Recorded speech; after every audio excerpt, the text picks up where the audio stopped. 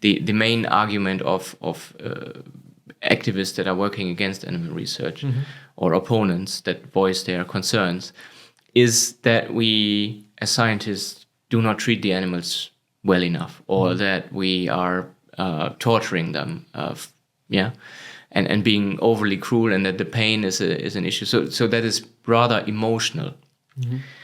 But what I saw when I came into this job that I have now is that in most of the debate, really, also in the politicians' debate, is the argument that animal research is actually useless. Hello everyone and welcome back to the Neuroscience and Beyond podcast. I'm Svilen, a molecular and cellular neuroscience Ph.D. student at the University Medical Center Göttingen in Germany. Together with my team of incredible graduate students, we're on a mission to bring the wonders of science, particularly neuroscience, closer to you. We're excited to share that our new podcast studio at the European Neuroscience Institute in Göttingen is slowly coming together, and we look forward to hosting many more inspiring guests. Today's episode explores a critical topic, animal experimentation in research. We're thrilled to have Dr. Roman Stilling with us.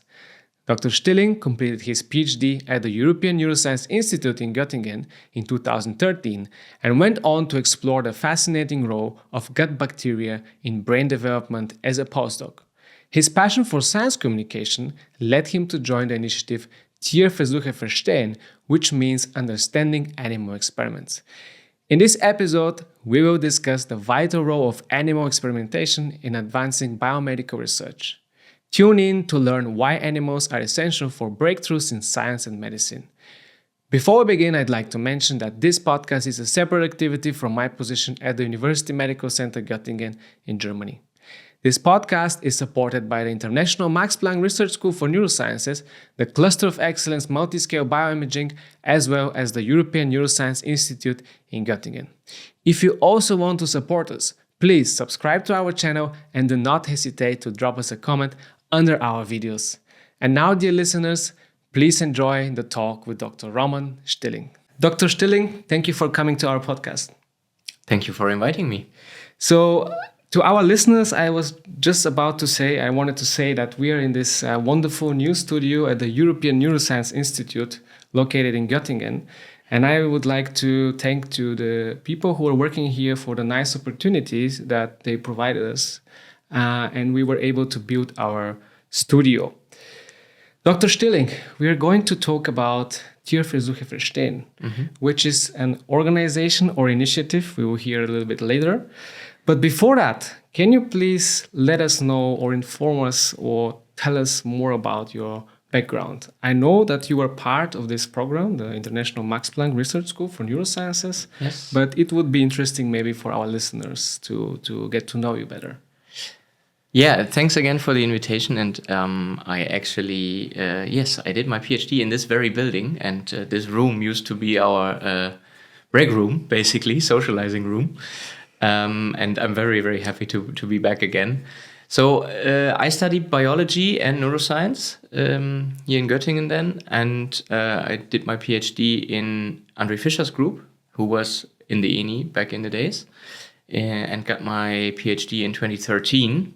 And my project was on gene regulation in learning and memory and long-term memory formation and aging.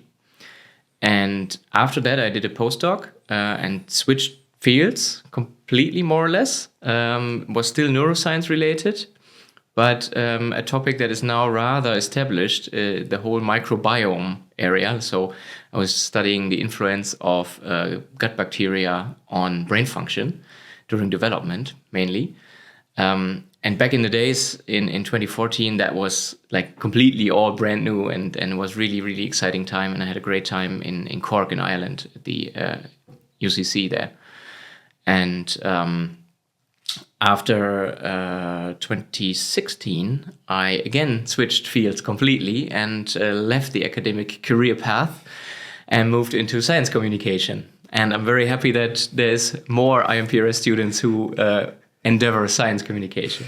Yes, we're trying also. We're still amateurs in comparison to your experience, but we might get there. Who knows, right?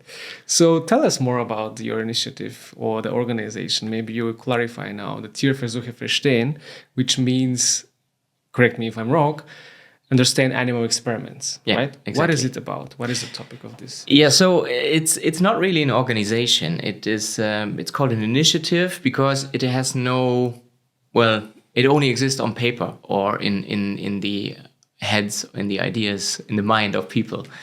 So we are not an organization like an NGO or like an association or a foundation or anything like that. It's basically just the idea of the large German science organizations, the Alliance of German Science Organizations, they're technically called. These are 10 big organizations, including the German Science Foundation, Max Planck Association, Leibniz, Helmholtz, Fraunhofer, you name them. These came together 8 years ago already, launched in 2016, with the idea that animal experimentation is a very complex, very disputed topic, but people know so little about it. So everyone has an opinion, but nobody really knows anything about it. So that needs to change. And the science community really was not very open about it, not very, putting it on the table and putting the facts straight and participating in the discussion, the public discussion. So that needed to change, and that was the idea when Tierversuche verstehen was born. That's great. I also fully support this idea, and I think that animal experiments are very important, especially in biomedical research, especially in neuroscience, where you cannot use a cell line. We can explain a little bit later what is this. But it is crucial, and if we want to continue having this competitive and high-level research in Europe, especially in Germany, we need animal experiments. However, as you said, people are not aware why. Can you tell us, why do we need animal experiments? Yeah, I think for everything that is related to neuroscience, well, it seems very clear, it seems very obvious, right? What's maybe not so obvious is, well, we could study, if we're interested in the human brain and how it works, and that's what most people really aspire to do when they study neuroscience. They want to understand the human brain, what makes us human, right?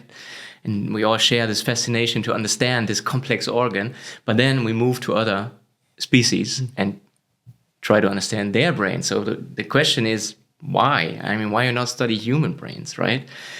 And the answer to that would be, well, we do study human brains. Every day when we talk to people, we also study human brains in labs when we do fMRI or like any other imaging, EEG, or there's so many techniques that try to look into the working brain, into the human skull. Of course, there's also the whole anatomy when deceased brains are taken out of the skull and looked at under the microscope and so on.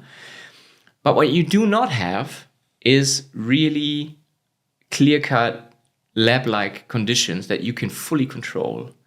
So you can make experiments, psychological experiments, psychophysics, and all these things, and all these are done. But what you cannot do is really controlled experiments on a specific time point where you start an experiment and you know everything that's happened before, you know everything that's happened during the experiment, and you know everything that's happening after. And some researcher also once told me that, well, the human brain is a huge puzzle. And if you want to add pieces to the puzzle, you maybe try with smaller brains, not so complex brains. So, for example, we use, in the lab, we use C. elegans, where we know every single neuron, right? And we know exactly how they are forming, how they are connected and everything. So we try to understand how that worm brain works, really, really simple brain in comparison. Then you look at maybe flies that have more complex brains, but are still very, very small. And then you move to mammals or fish, vertebrates, and you start increasing complexity, and then you understand what makes the human brain so unique. If I may add something, so first I would like to just clarify briefly? You dropped some terms, fMRI, Yeah. EEG. This is a specialized technique for brain imaging. If you guys want to learn about it, just type it in Google and you see tons of information. And I'd like to just mention another aspect. So with this type of techniques, we can study certain aspects or certain problems, certain activity of the brain, right? They have an interesting temporal spatial resolution. Yep. However, these are non-invasive techniques, which means we are not accessing the brain, we are indirectly observing the brain activity, correct? Yeah. If we want to see molecules, proteins, dynamics in the brain, assess the brain activity directly, we have to go on a cellular or molecular level. And for that, we cannot use humans just because we have to cut a window into the skull. Exactly. Right? Yeah. Yes, it has been done during or after the World War II, where there were like victims of wounds, brain wounds, etc. The lobotomy is very famous. However, people drifted away, so that this is actually not meaningful. And we learned a lot, however, but we did not continue to do that. And since animals, they have these conserved genes, right, as the humans, so we can study particular proteins or molecules in this kind of organisms and relay the findings to understand our brain. Am I correct? Yeah, sure. That's also one of the main findings over the last, let's say, 150 years or so, that brains are, even in different species or even across different orders of species, are surprisingly similar. And have similar functions, similar cell biology, similar molecular biology. And actually, we can learn a lot from a mouse or a rat brain. That is also true for the human brain, even though, of course, we're also interested in the differences, right? We want to know what makes the human brain so unique, right? Exactly. But still, looking at other species, we can compare what's similar. So what seems to be evolutionary conserved, or what seems to be, something that nature invented and it works fine, and it still works fine in other species, so including humans. And we can also see where are unique differences. Okay, we're talking about the brain, but what about other organs or parts of the body that we study? Why do we use animals for that? Can we use some cell lines, for example? Is this possible? What we can do is we can use cell lines. Cell line is a very particular technique of using cell cultures, a more general term. So any tissue or cells that are cultured in a petri dish or in a tube, basically, you can always investigate those. You have much clearer vision. Yeah, there's no tissue around, and you can work perfectly well with cells. What you did not have until very recently was complex tissues, complex multicellular tissues that had more different cell types, a three-dimensional shape. That is actually, we are three-dimensional beings and not, just a small layer of cells in a petri dish. So if we want to understand how tissues and organs and different cell types interact with each other, we have to make more complex models. And that became a reality for human tissue just a few years ago with something called organoids or other three-dimensional tissue models that we now have that tend to have a huge advantage because they are human. You can work with human cells. You can use cells from people, from patients even, reprogram them to stem cells, and then grow organ-like structures. They're tiny, they're not complete organs. You cannot grow complete organs yet. But they offer unique possibilities and are a very interesting model also when it comes to replacing animals in research. But going back to your question, in other organs, I think with other organs is exactly the same thing. We know, of course, other mammals have a very similar physiology. They have, kidneys, they have liver, the circulation functions in a similar way. So we can actually learn a lot from looking how the biomedical processes work also in animals, and vice versa. So we can also learn something about the animals and use that for veterinary medicine, for example.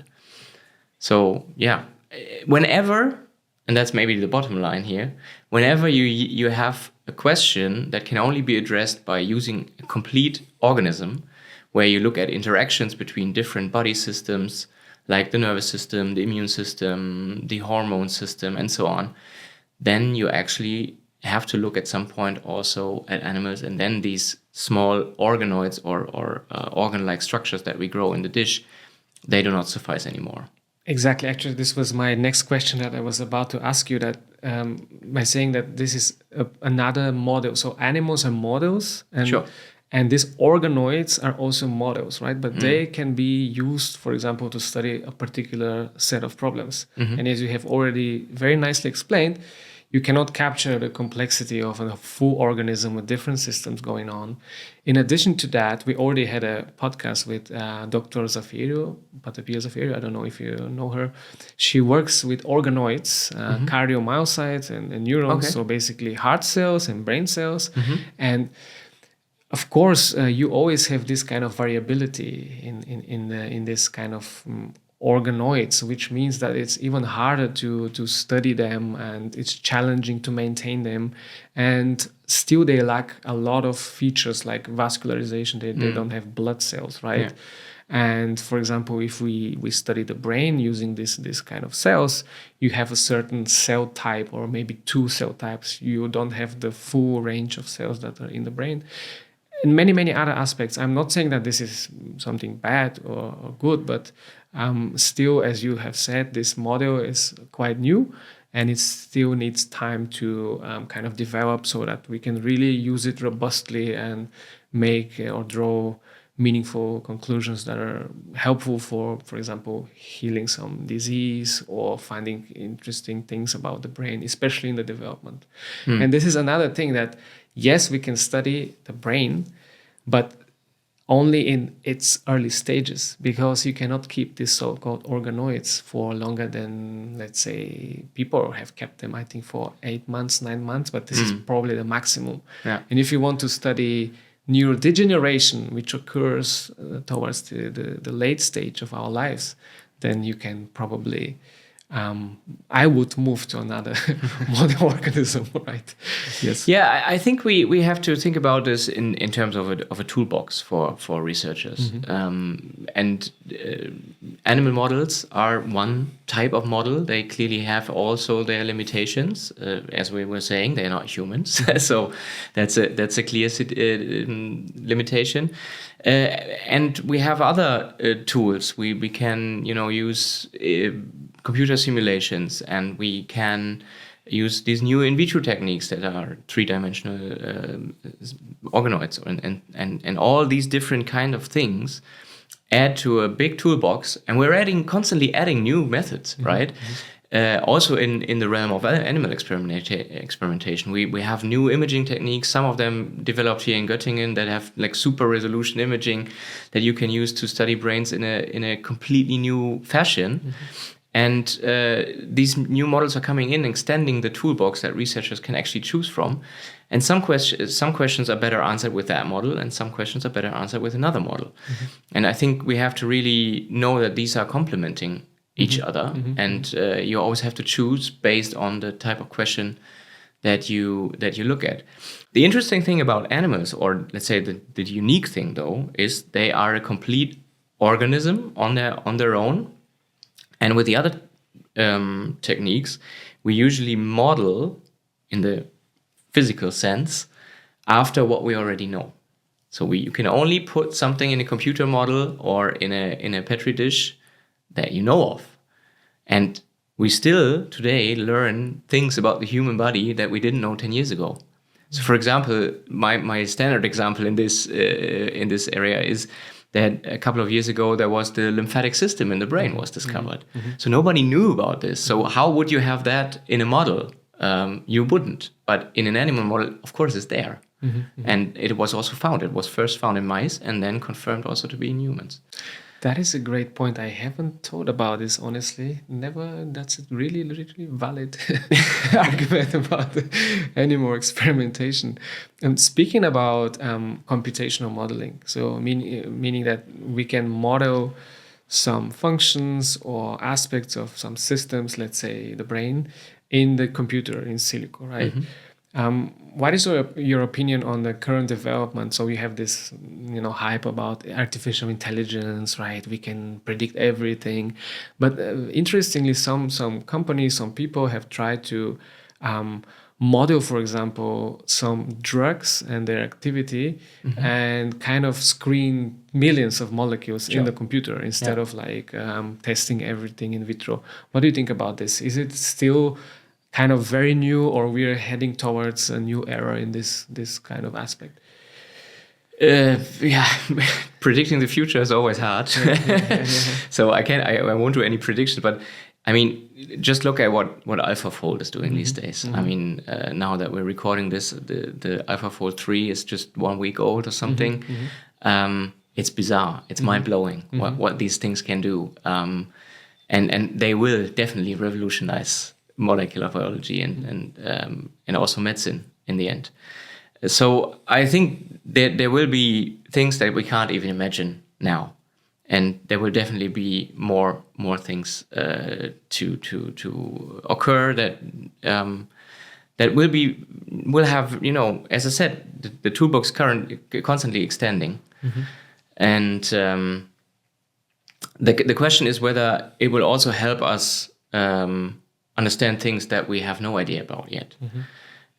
Because also these artificial intelligence models, they are built on data. They need loads of data. And for example, in toxicology, when you think about like what do different substances do to an organism? Are they toxic, for example? And if yes, how much toxic are they? You can model these, or you can, as you said, you can screen drugs. You can all model that based on data that you already have. And for a lot of these big models, animal data is being used to create these models, which is great because now we can do a lot more. As you said, millions of compounds, you can screen them in minutes, or I don't know exactly, but much faster than you would, if you had to do actual wet lab work. So you see, the extension of the toolbox brings also new questions and new kind of ideas to the table, and that's great, I think. And we will clearly also see a lot of developments in terms of in vitro work. So these organoids, I think we're just at the beginning. So there will definitely be new endeavors. I think we live in a very exciting times, especially people who are working in the intersection of biomedicine and computation. This is now such an amazing field to be at and work in some, exciting topics. As you said, we cannot predict the future. Yeah, one example, if I may. When I did my PhD, the next generation sequencing was just brand new. We did RNA sequencing, and that was, just one new technique on studying gene regulation. And before you had microarrays, which took a lot more time. You couldn't do all the genes.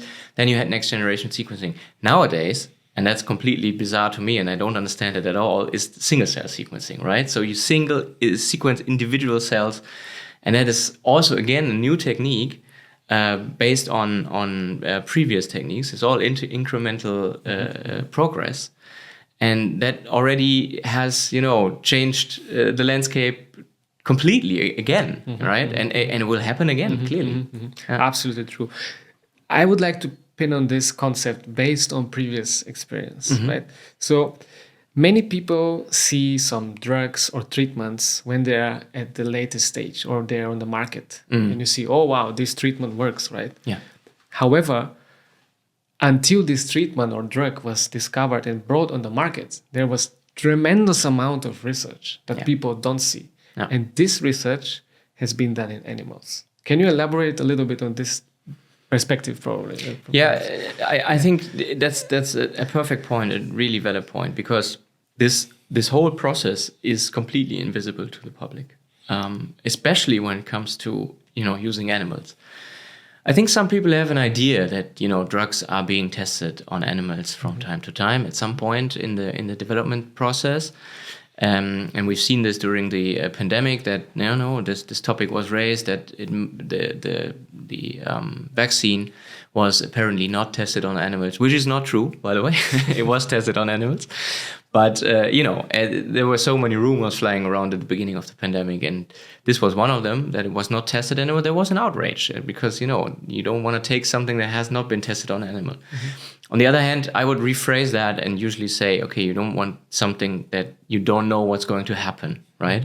And you need the best kind of model to predict what will happen when you inject it into a human. And that might not necessarily always be an animal, but at some point, especially with this vaccine, it was extremely important to see that in an animal, especially in monkeys that were then challenged with the virus. And you see that they didn't get sick. And the control group that didn't have the vaccination, they did get sick. So you knew it was protective, even though there was some speculation earlier based on the ideas or the research from the SARS-1, that a vaccine can be designed wrong and it will do more harm than protection. And here we could clearly see that it did protect. And that was amazingly, or let's say it was extremely important to have this data before actually moving into humans. I think the COVID pandemic is really a nice example because it actually showed for the first time to everyone, really. We were all sitting there live, watching the news every evening and waited for the incremental progress to continue because we wanted to, move out of the pandemic situation. And everyone was, watching live biomedicine, so to say. But usually you don't see that. It's really invisible. And as I said, the scientific community and also the pharma companies, they were very secretive about their animal research. They, some people know that it's done, but nobody knows about it really. And then what happens is people take things for granted. It will just happen. You can just buy it in the drugstore. But you don't know how it came there. And when then in this situation, there is a campaign against animal testing and they say it's all useless and it's cruel and we don't need it anymore, let's forbid it, then people would say, yeah, okay, why not? Sounds bad. We don't want it. But that's why I'm saying we have to make this process more visible. And not only the results in the end. I mean, researchers are very well trained in communicating their results. But the process itself is harder. Yes. Maybe now is a good point to go to this kind of a concept called replace, refine, reduce, the 3 R's. So people in Germany, I don't know about the other countries, is this European regulation? It's probably European, right? We have to obey or, work under this kind of regulation, and we try to reduce animal experiments, to refine them, and if possible, replace them, right? And I can speak as a very, very, very young and just starting scientist that nobody in my circle likes to, let's say, sacrifice animals, right? We do it only at a certain amount that is necessary to perform meaningful data. And we take care of the animals so that basically I have a feeling some animals have been taken care of better than we take care of people, especially at DPZ, the German Primate Center. We had Professor Alexander Geil, who explained to us how do they assess the health state of monkeys, of primates, non-human primates. It was incredible how many parameters they measure and everything, and they see just that the animals are completely fine. But maybe you can elaborate on this problem a little bit more. Yeah, I think that the 3R concept is one of the guidelines for doing animal research on ethical grounds. It's the idea that it came up in the 1950s already, so it's more than 70 years old now. And the idea was, back in the days, okay, it can only be justified if there's no alternative. And I think that's something that is deeply rooted, I think, in everyone. As you said, we don't want to do it, but we have to at some point. And then if we do it, then there should be no alternative. Otherwise we should use the alternative. That's the replace R, the first R. And I think that's actually kind of intuitive, really. The other 2 R's then come in when you say, okay, there is no alternative. we have to reduce the number of animals we need. We cannot just use any arbitrary number of animals, like, always a group of n equals 10, which is sometimes, to be honest, really still done because, it has worked in the past and we will do it again. We use 10 animals. No, but you really have to justify why you use that number of animals that you actually have to use. And it should be a number that is as minimal as possible, but still you should be able to draw scientific conclusions from it. So it has to be statistically meaningful. And that's where you really have to plan, right? You have to sit down and plan your experiment and say, okay, to get to this level of certainty, we have to actually use this in this many animals and a control group, and we need another control to rule out certain effects, all these different kind of things that you need to consider being a scientist. And the third R then really focuses on the animal's welfare during the experiment, but also outside of the experiment. So you need to refine the procedures as much as possible. Basically, the idea behind this R refinement is to reduce the harm on animals as much as possible. Using different species could be refinement, using, a procedure that is not as painful as the other one, using pain remedies, pain management, all these different kind of things, if there's pain involved. Or, group housing versus isolation housing and all these things that you really need to consider to, make the experience for the animals as least invasive as possible. And I think this is, now it's common knowledge, really, because it's enshrined in every law in Europe. But back in the 1960s, it was still something, novel that needed to be implemented. And when you look at historical data from the UK, for example, they have animal use data from, I think, back to the 1930s. You can actually see an increase until the 70s, and then it decreased rather quickly because 3Rs getting implemented more and more. They were invented in the UK, so it all comes from that region. Yeah. What about the other regulations that you briefly talked about? You said these 3Rs and also other set of kind of regulations, or I got it wrong? No, but I think the point is valid because the 3Rs are not sufficient to actually justify an experiment. You also need, of course, the other side, the benefits side, and the 3Rs don't talk about benefit at all. They just try to minimize harm.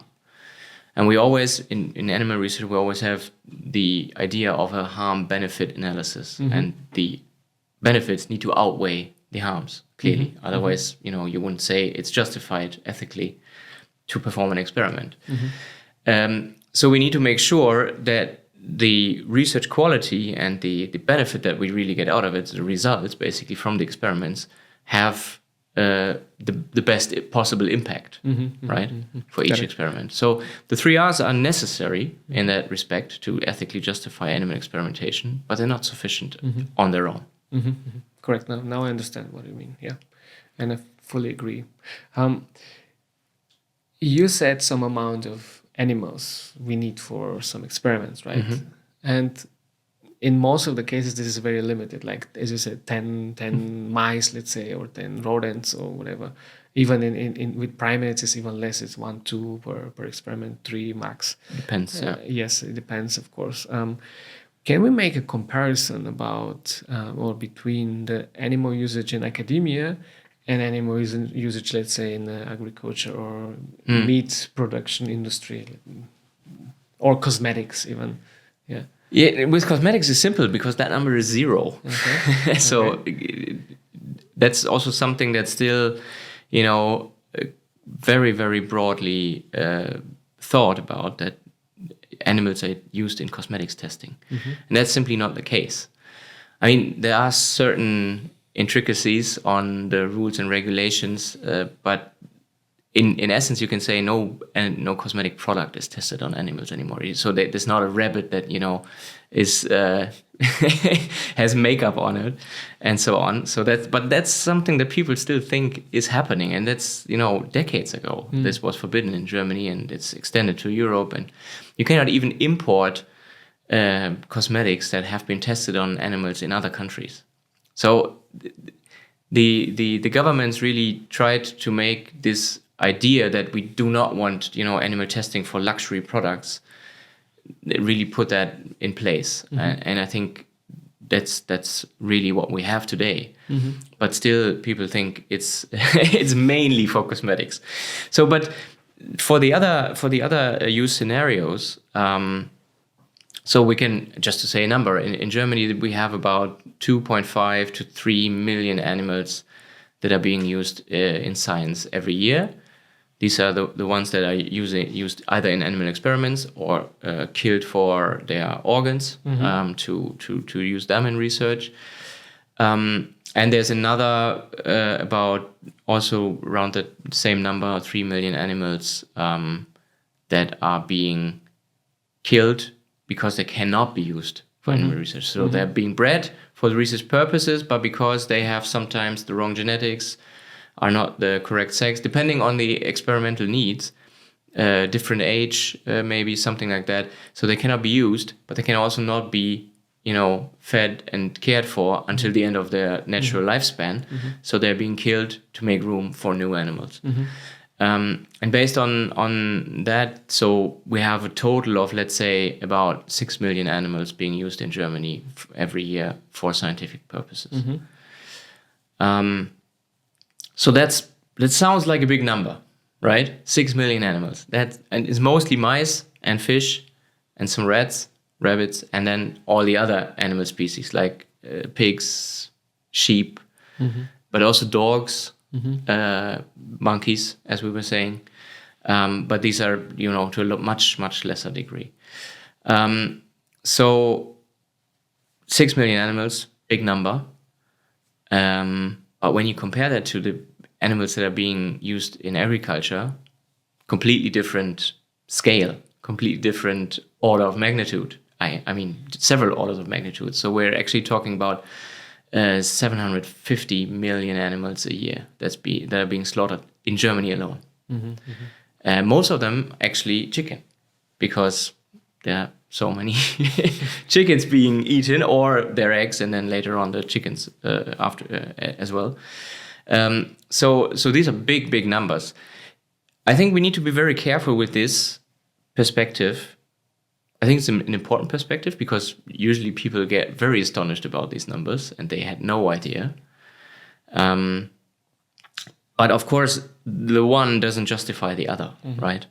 So just because there are so many animals being slaughtered for food production doesn't mean that it's okay to use, as many animals as we want for science, or the other way around. You could say, well, of course I can eat as much chicken as I like, because animals are being used in science. So the one doesn't, correlate with the other. So, but I think it's an important perspective just to see, like, how many animals are we actually talking? Because when people argue, well, it's just too many animals being used, then the question is, of course, what does too many mean? And how much are we actually talking about? Just to have a more global perspective on what humans actually do with animals, and that's, a broad range of things that we do to animals, and that's one of them, and it's not the biggest one, clearly. Yeah. I'm glad that we made this comparison. I was honestly also not aware that cosmetics was not tested on animals anymore. It's not often talked about. I just didn't. I use very few cosmetic products, and I don't pay attention to that. But probably is important. But cosmetics has a very broad definition. So even sunscreen is a cosmetic in that sense. That is true. Yeah, sunscreen I try to use a little bit more. I come from a place where we have like 4 months of summer, beach, and it's like 35 plus. So if I don't use sunscreen, I might get cancer with, I don't know, 40 or something. So you were talking about people who are not aware of this kind of numbers or regulations or facts. What is the most common critique of animal experimentation that you are witnessing or have witnessed throughout your experience at the initiative? Yeah, so that's interesting, because when I was doing science myself, I thought it was all about or let's say the main argument of activists that are working against animal research or opponents that voice their concerns is that we as scientists do not treat the animals well enough, or that we are torturing them, and being overly cruel, and that the pain is an issue. So that is rather emotional.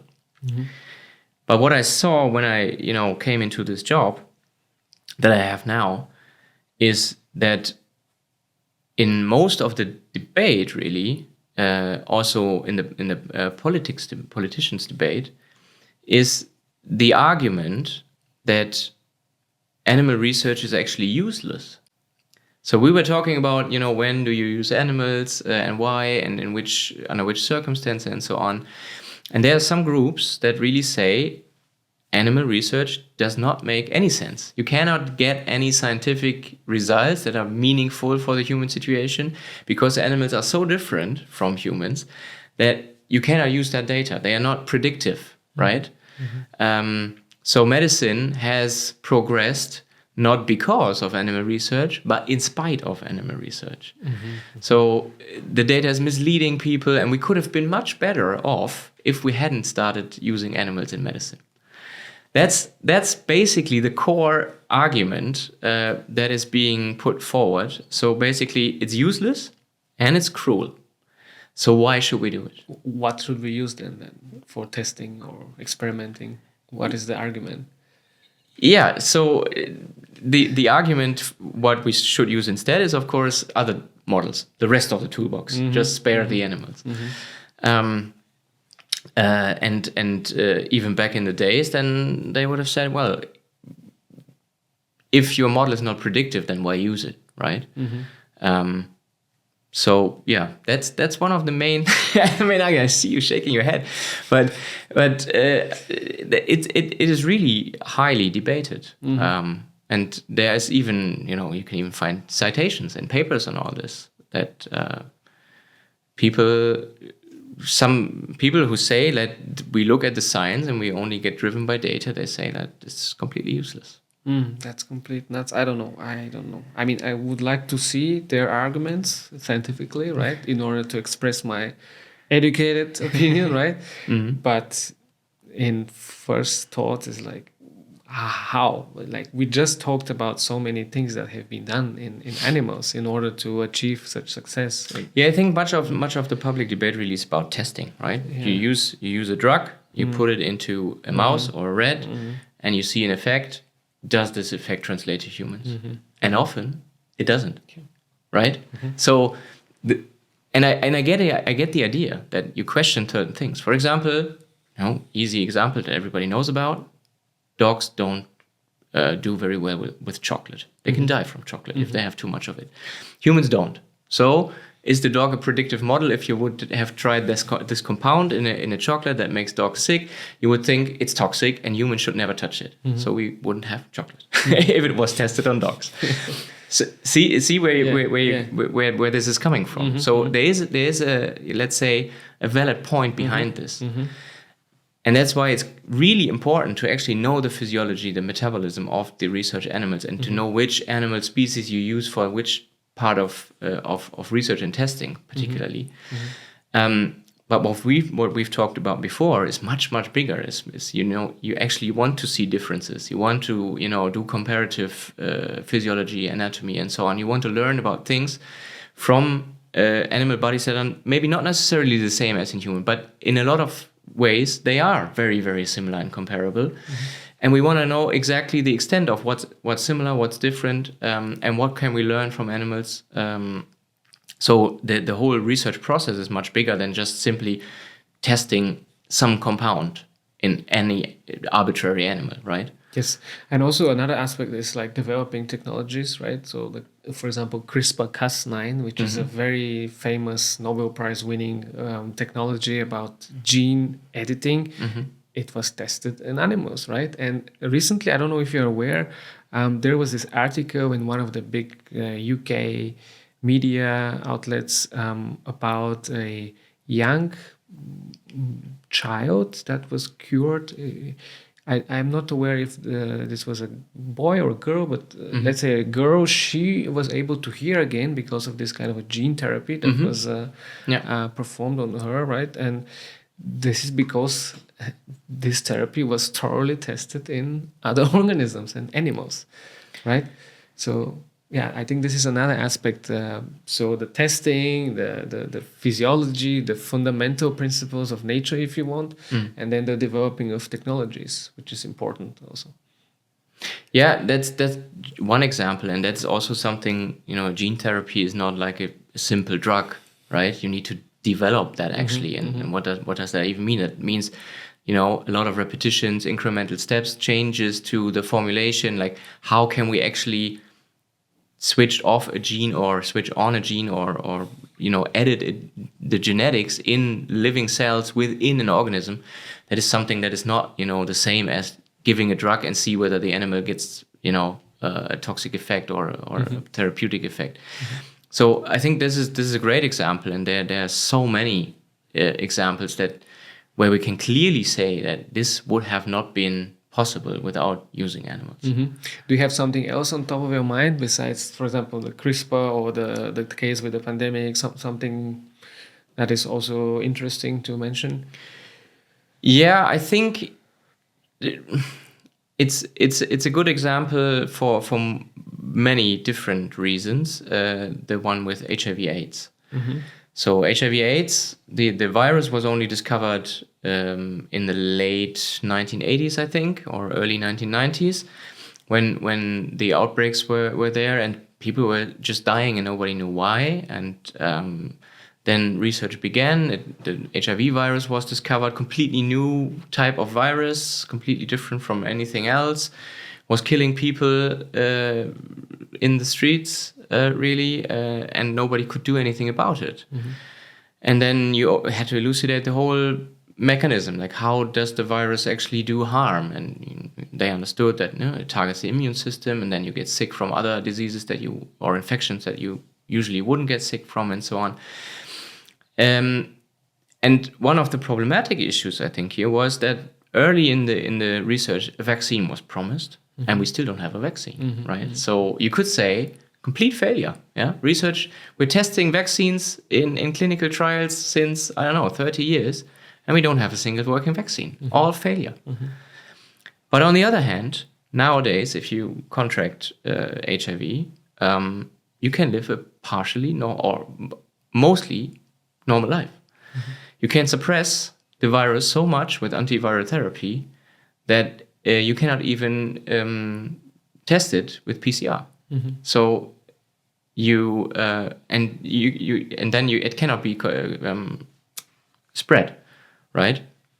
So there is therapeutics now that allow you a normal lifespan for a disease which 25 years ago, 30 years ago, would have killed. And the HIV positive diagnosis was a death sentence.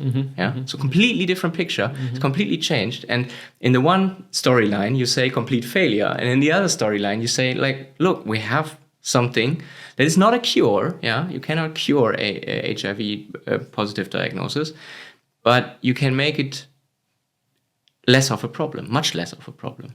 And I think, and this was all done in monkeys. A lot of monkey research, because other species didn't contract the HIV virus.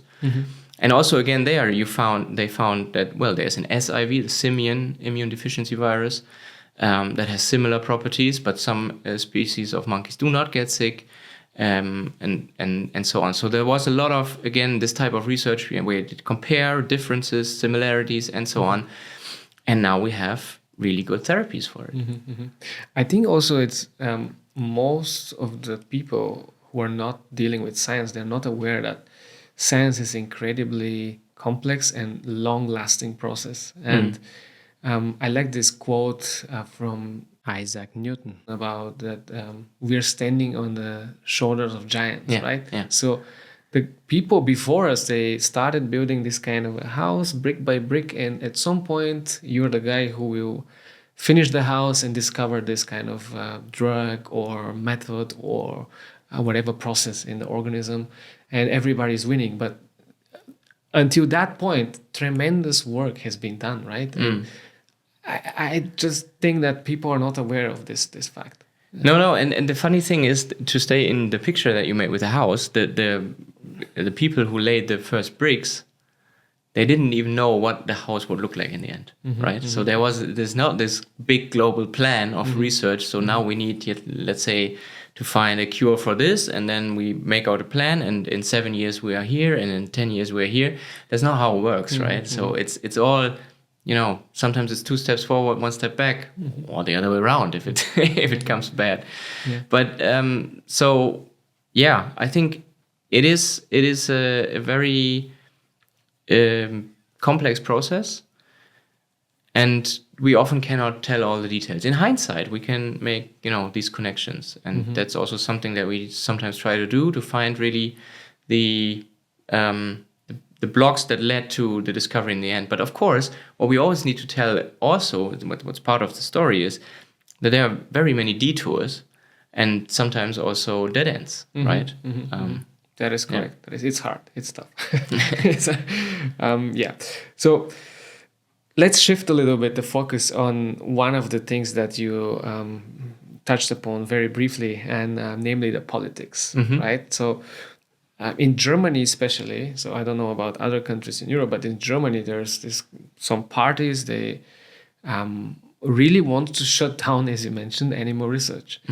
Let's imagine that this is happening. Okay. From June on, we are not able to perform any animal experimentation.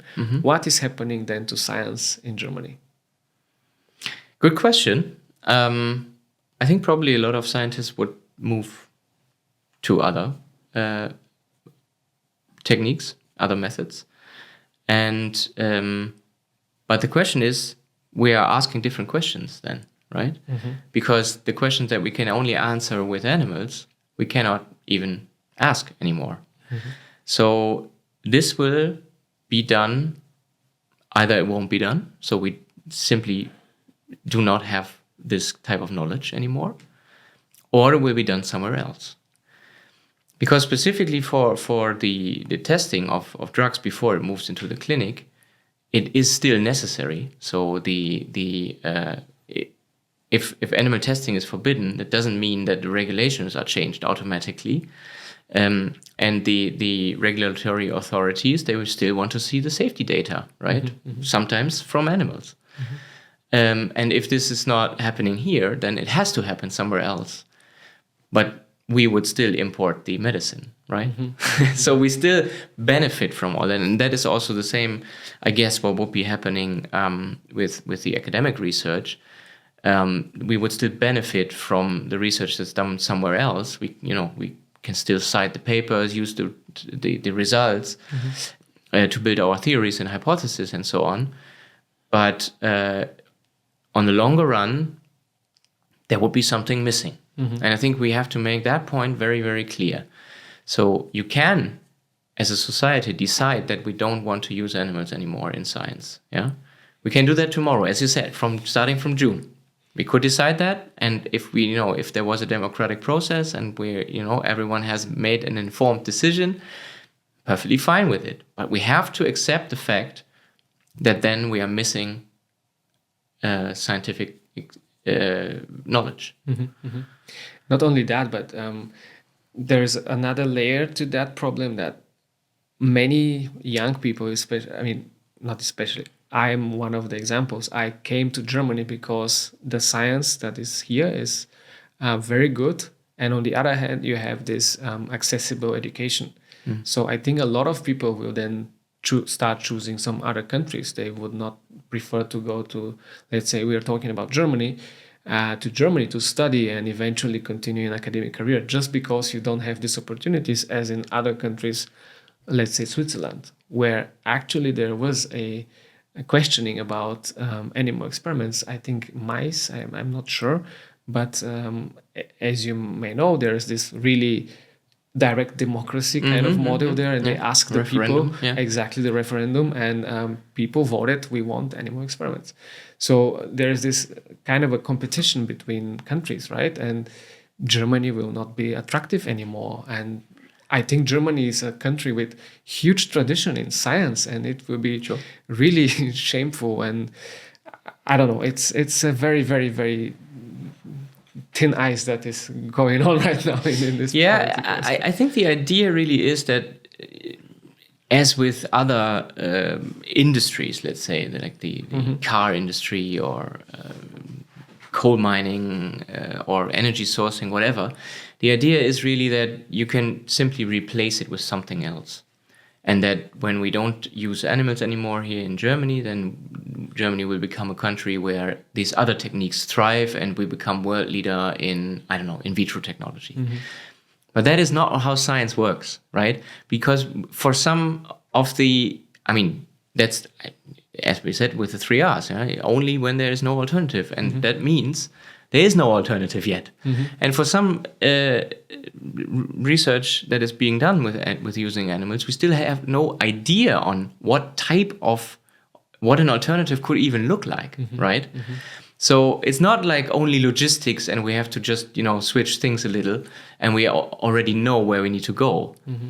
I mean, then you could easily draw up a plan and say, like, we're phasing this out, we're phasing the other thing in, like we do, for example, with renewable energy, because we already know that it works, we know what we need to do, we just need to do it. But with the animal research, it's different because we have no idea where we actually need to go. So we don't know what to phase in, really. So we could stop it, but as I said, we have to make it very clear that there will be something missing. And as you said, it will probably lead to the Germany being more unattractive for international researchers, possibly. I really, really hope that some of the politicians out there will listen to this podcast and also many other topics and I don't know, change their minds. Of course, this is silly to think about, but we're trying to do as much as we can. Speaking of this, what would be your advice to scientists who would like to communicate their research, especially the animal experimentation, for example? Yeah, I think I said that word before, we need more visibility of the whole process, also of the methods. And I think we need to stop, being so intransparent and secretive about using the animals. We need to be more open, and I think the key word here really is proactive. Not only react to the challenges, to questions, to inquiries, but really tell the story that we want to actually tell. Why are we using these animals? There is no alternative for the stuff that we do. And also, like, what are we actually doing to the animals? How are they doing? Like, are they fine? Do they feel pain? All these things. Of course, these are questions that interest people because, as I said, there's a lot of emotions involved, and we cannot simply brush that away. There is emotions, and we need to consider that. And I think also in the scientists, the researchers, the people that work with the animals, they also have emotions, and they need to start also sharing, like, why do we think this is okay, and why do we think we really need that to progress and to advance, and to make not only the process visible, but also the people. And I think Tierversuche verstehen was launched in 2016, as I said, so this is almost 8 years ago. We've really shown that it works. I think we really have to accept the evidence that is there, that being open and actually discussing this topic in public does no harm. I mean, the opposite is true. If you don't do it, then it does harm, because then we will have this uninformed type of discussion that we have, and people think that we are not missing anything when we stop it. I fully agree. Recently, there was this event in Göttingen about science, and people presented their labs around the city, and the general public, everybody was able to go there and see what scientists are actually doing and what is it important. And I remember colleagues from our labs, they were there the whole day. They said tremendous amount of interest, and people were actually exciting about it, and they wanted to help. How can we promote your work or your problems, communicate them, we want to help. And sometimes I have this feeling that the people who want to help, of course, everybody has his or her own life, and they're doing a lot of stuff, busy, etc. But people that want to help, they kind of are not that vocal, right? You have this other group that is kind of extremely vocal, and they are super emotional, and they just want to say out loud, hey, I don't want this anymore, etc. Yeah. I don't understand this, but I think we should get on board with these other guys, please help us, it's definitely very, very important and crucial to our work to communicate. But also, for example, some scientists might say, hey, we're very busy, we cannot do this as well, right? How should we deal with that? Yeah, well, I think the alternatives are very clear. If you don't do it, it will at some point be going away. And the pressure that has been building up, and that what everyone feels now, that applications for a license take forever, and there's a lot of questioning your methods and so on. This is the result of the felt pressure that politicians and also the authorities think that nobody wants this, and everybody needs to stop. And this is basically just the end of a line of incremental steps, and in the end it will just vanish completely. So these are the two alternatives: either you communicate or it stops, basically. So I think that really, of course, it takes time. Science communication isn't easy, and communication about animal research is even harder.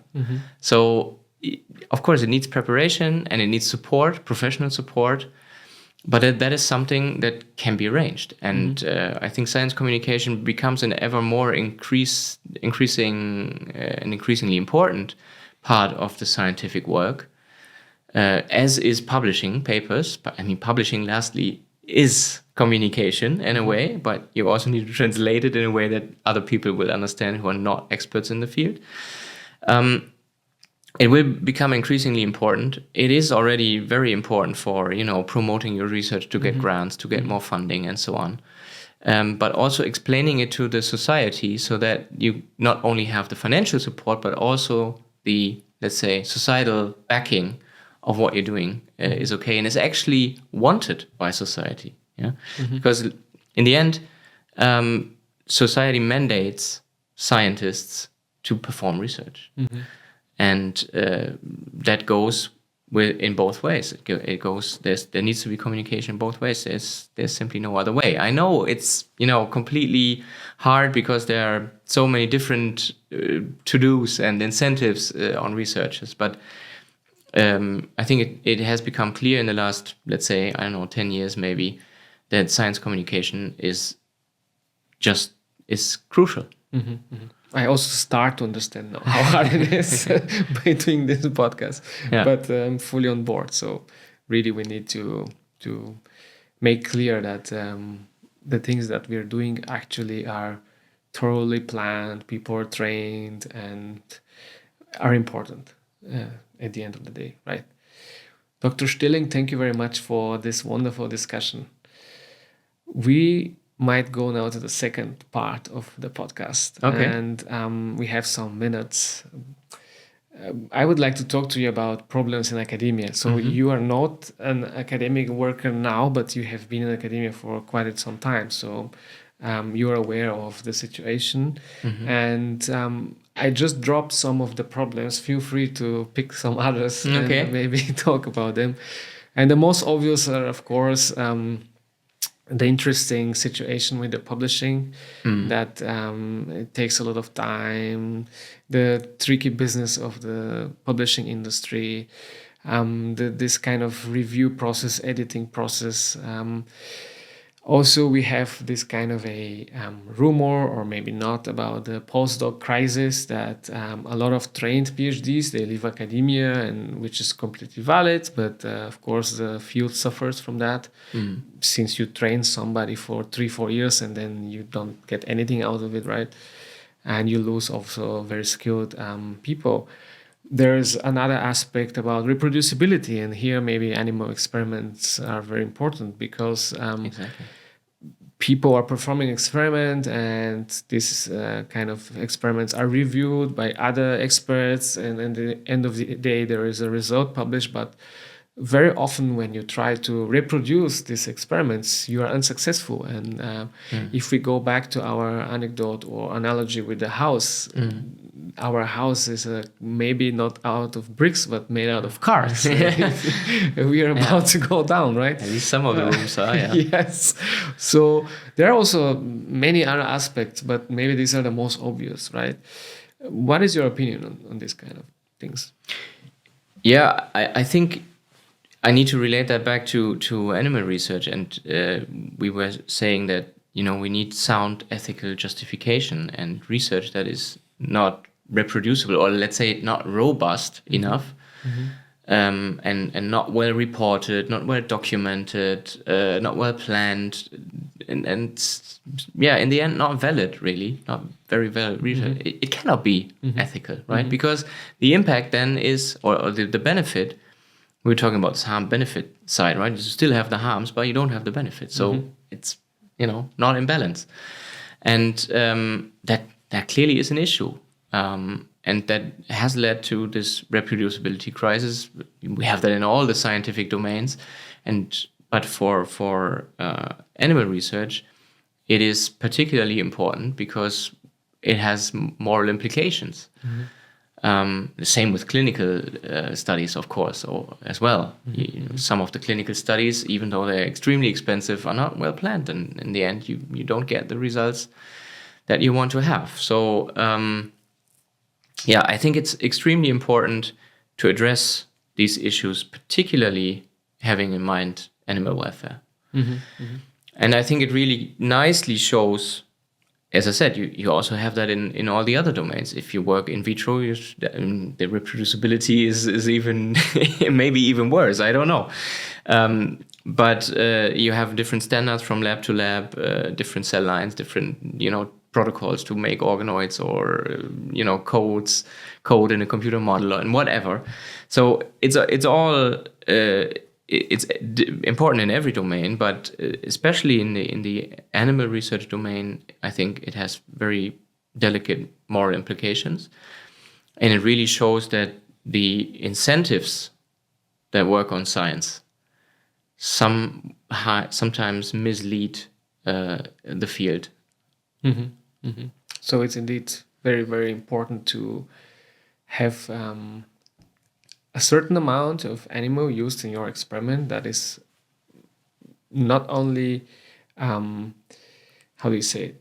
So it's planned, as we said, thoroughly, that you have not only some data, but meaningful data, which might be used from others in the future. And then, as we mentioned, we continue to build up our nice scientific knowledge and discoveries. I completely agree. What about some other aspects that, I don't know, during your PhD, maybe you were not satisfied how this worked out or that worked out? Do you remember, or what do you think about that? I mean, as you will very likely be aware, the academic career path has only one end, and that is the professorship, right? So there's no intermediate steps, although the number of positions is decreasing towards the top. So I would have loved to stay a postdoc forever, just do research. But somehow the system does not make that possible. There's no possibility for this type of idea of, just doing your research. You have to work towards becoming a professor. And that was weird. That felt not right. I don't have a solution to this problem, and I know that many people discuss solutions, but it simply doesn't feel right, I think. And in the end, I made this decision that was basically at the interface between postdoc phase and then maybe opening a first group leader position. So, and in this kind of life situation, I had a daughter, and we, as a family, we made the decision we're not going down that road. Here's a stop, And I was very lucky to find this position because I was already interested in science communication before. And I thought it was extremely important to open up on this whole animal issue, as I was working with animals myself. So I was very lucky to come into the position that I have now. But of course, also these types of positions are very limited. So I fully understand when you don't want to go that road and make that your decision, because it's tough. And as I said, it somehow doesn't feel like this should be the case. Yeah, for young scientists or people unaware of this field, so in Germany especially, you have a certain amount of time, roughly 13 years. I'm not sure if this is the exact number. It depends whether you include the PhD phase or not. Yes. Around that amount of years that you can work as a postdoc, but if you're not able to find a professorship position, then you are not allowed even anymore to work as a... It's not a professorship position that you need to have. You need a permanent position. A permanent position, but exactly. Yeah. There won't be any permanent position other than professorship. Yeah. So that's, Yes, there are some staff scientists here and there. Yeah. Microscopy facilities, for example, or other scientific communication. But as we said, these are very, very, very limited. Mm-hmm. So indeed, the road is tough.